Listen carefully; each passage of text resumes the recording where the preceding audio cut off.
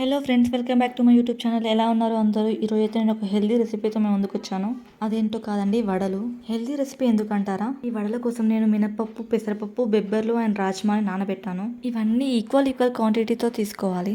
బెబ్బర్లు, వడలు, పెసర్లు, రాజ్మా అన్ని చిన్న చిన్న గ్లాస్తో తీసుకుని ముందు రోజు నైట్ నానబెట్టుకోవాలి. నెక్స్ట్ డే మార్నింగ్ గ్రైండ్ చేసుకోవాలి. ఈ గ్రైండ్ చేసుకున్న పిండిలో చిన్న చిన్నగా కట్ చేసుకున్న ఆనియన్స్ అండ్ పచ్చిమిర్చి వేసుకొని మంచిగా మిక్స్ చేసుకోవాలి. ఇప్పుడు మనం స్టవ్ ఆన్ చేసుకొని ప్యాన్ పెట్టుకొని ఆయిల్ వేసుకొని వేడవనివ్వాలి. కొంచెం చేతిని తడుపుకుంటూ పిండిని తీసుకుంటూ చిన్న చిన్న వడల్లా చేసుకుంటూ వేసుకోవాలి. చూస్తున్నారు కదా, ఈ విధంగా చేయాలి. చూస్తారు కదా ఫ్రెండ్స్, వడలు అయితే రెడీ అయిపోయాయి. ఈ వడలు నార్మల్ వడల కన్నా చాలా డిఫరెంట్ కలర్లో ఉంటాయి. టేస్ట్ కూడా డిఫరెంట్గానే ఉంటుంది, టేస్టీగా ఉంటుంది. ఒకసారి ఇలా ట్రై చేసి చూడండి, మీకు తప్పకుండా నచ్చుతుంది. తర్వాత వచ్చేసి టమాటా చట్నీ చాలా సింపుల్గా చూద్దాం.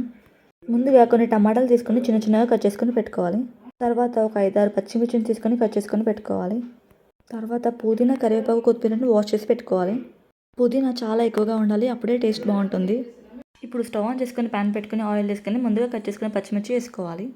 తర్వాత వాష్ చేసి పెట్టుకున్న కొత్తిమీర, కరివేపాకు, పుదీనా వేసుకొని మంచిగా వేగనివ్వాలి. ఈ పుదీనా ఆయిల్లో మంచిగా వేగాలి, అప్పుడే టేస్ట్ బాగుంటుంది. ఇలా పుదీనా, పచ్చిమిర్చి మంచిగా వేగాక మనం ముందుగా కట్ చేసుకున్న టమాటాలను ఇందులో వేసుకొని మంచిగా మగ్గనివ్వాలి. టమాటాలు మంచిగా మగ్గాక ఇప్పుడు ఇందులోనే అల్లం వెల్లుల్లి పేస్ట్, పసుపు, సాల్ట్ వేసుకొని మంచిగా మిక్స్ చేసుకోవాలి. దీనిని కూడా కొద్దిసేపు మంచిగా వేగనిద్దాం.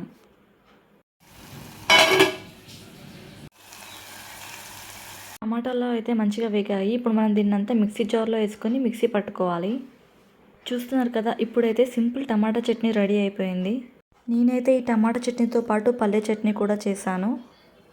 పల్లీ చట్నీ, టమాటా చట్నీ విత్ వడలు చాలా బాగుంటాయి. నేను చెప్పడం ఎందుకులే, ఒకసారి మీరే ట్రై చేసి చూడండి. ఎలా ఉంటుందో, మీకు నచ్చుతుందో లేదో నాకు కామెంట్ చేయండి. మీరు అబ్జర్వ్ చేసినట్టయితే నేను అన్ని సింపుల్ రెసిపీసే చేస్తుంటాను. మీకు నా వీడియోస్ నచ్చినట్టయితే ప్లీజ్ నా ఛానల్ని సబ్స్క్రైబ్ చేసుకోండి అండ్ షేర్ చేసి నాకు సపోర్ట్ చేయండి. Thank you for watching.